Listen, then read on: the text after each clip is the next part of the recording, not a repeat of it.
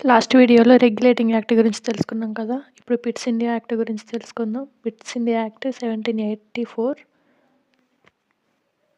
Pits India యాక్ట్‌కి ఆనాటి ప్రధానమంత్రి అయిన విలియం పిట్ అనే పేరు పైన పిట్స్ ఇండియా యాక్ట్ అనే పేరొచ్చింది.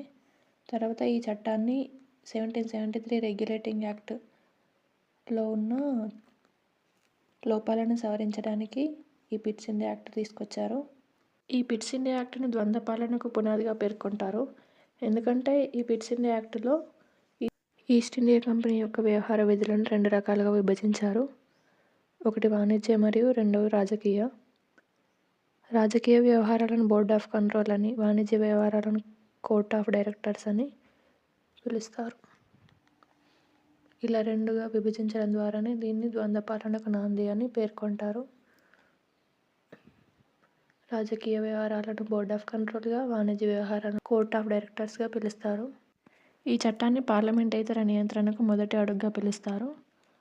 అలాగే ఈ చట్టాన్ని ఆర్ట్ ఆఫ్ సెటిల్మెంట్ అని కూడా పిలుస్తారు. Pitt India act is also called as act of settlement act. Thank you for watching. Next charter చట్టాలు చూద్దాం. Thank you.